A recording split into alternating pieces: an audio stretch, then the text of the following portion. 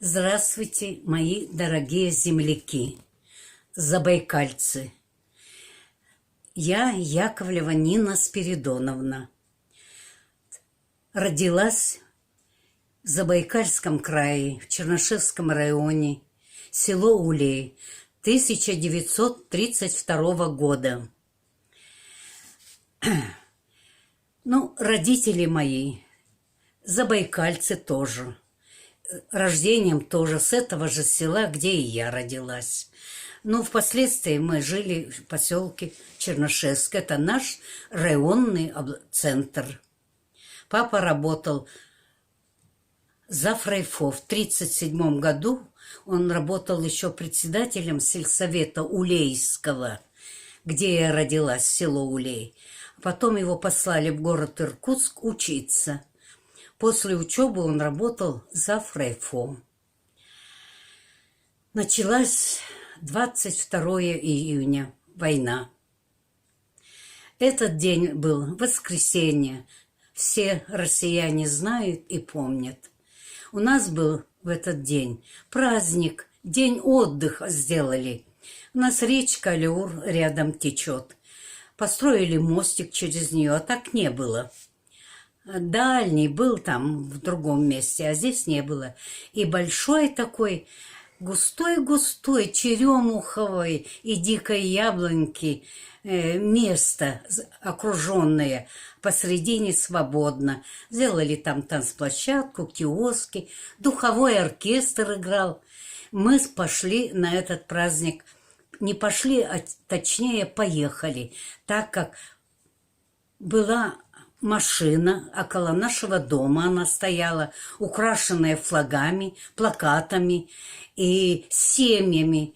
В эту машину на платформу все поднимались и ехали за эту речку праздновать. День отдыха был.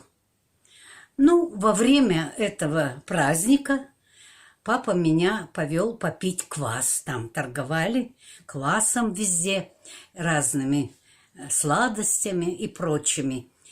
Мы подошли, а рядом большой репродуктор.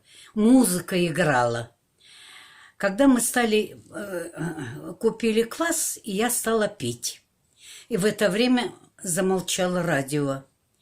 И голос диктора говорил Молотов. Как я сейчас и помню, я уже все-таки 1 класс окончила, понимала кое-что. Все притаились, затаенные, испуганные, и объявляют, что вероломное нападение Германии на нашу родину Россию. 22 июня в 4 часа ночи бомбили Киев. Вот это главное. И мы все стали собираться, народ унылый, повесили головы, и никаких машин мы не ждали, все пешком. Мостик был сделан, кто вброд, речечка маленькая, широкая, но не глубокая. Кто вброд, кто по мостику, все домой разошлись. Вот так мы встретили 22 июня 1941 года в нашем Забайкальском крае. И можете вы представить, на другой день утром все магазины были на огромных замках и болтах окна. У кого не было соли или хлеба, так и остались. Это вы все, наверное, знаете, дорогие мои, и все помнят. Вот так начиналась война 1941 года.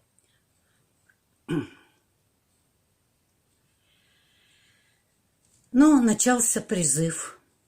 С самого первого взяли нашего дядю, председателя Улейского сельсовета. Через 3 дня приехал к нам. Сбор был у нас. Нашу школу, где я 1 класс окончила, ее сделали призывным пунктом. У самой этой канавки, вокруг ее, все с детьми с деревень. А сколько у нас, представьте себе, в Чернышевском районе деревень. С детьми все приехали провожать своих отцов. И все вокруг этой канавки с узлами с детьми. В том числе и мы дядю провожали каждый день. Они придут там, где-то бывают в здании, потом их 2 дня отпускали на ночь. Он у нас был. А на 3-ю ночь увезли ночью, не днем. А ночью мы спали, мы же дети. Мама, видимо, с папой провожали его. Мы встали, а мама сказала, дядю Петю увезли. Вот так вот проводили мы первого единственного. А папу нашего взяли где-то примерно в августе. Потому что Сталину, это уже нам стало известно по книгам и по сообщениям разным, что ему доложили наши чекисты из Японии, готовится на нас нападение, если только будут успехи Гитлера. А вы все знаете, каковы были его успехи, как он шел до Волгограда, до самого. Только здесь ему был конец, по-русски сказать. Паульс в плену, и пошло с Волгограда обратно. Но все-таки японцы пошли. Ну, об этом я мало знаю, что, так как мой отец войну здесь кончал, с Японией. Очень много взяли пленных. Полный вокзал был, перрон весь ими заполнен. А я, так как мы содержали корову, чем-то надо же жить. Я молочко, варенец варили, а поезда шли и туда, и оттуда. С запада везли каких-то людей. Есть вагоны были просто закрытые под решеткой, а смотрим там женщины. Мы не понимали. Ну, я еще только 1 класс кончила, это лето 1. Везли и других людей каких-то, и с востока везли. Туда и оттуда, так как мы жили на главной магистрали Москва-Владивосток. Все видели, а я тем более, потому что жить-то чем-то надо, а работницей-то стала я, самая старшая, а у мамы еще и маленький был на руках, и хозяйство корова. А ее то в ветлечебницу. Началась война без конца. 1 лето 3 раза в ветлечебницу. Там тоже очереди. Целый день мамы нет. Я с маленьким этим мальчиком, братиком, кормлю, варю. Все научилась. В 1 год войны все делать научилась. И варить, и стирать, и ухаживать за всеми. Ну, все работы женские. Представляете вы, мои дорогие, как нам досталось это все. Особенно детям, кто перенес войну. Мы работали наравне со взрослыми, делали все, как могли.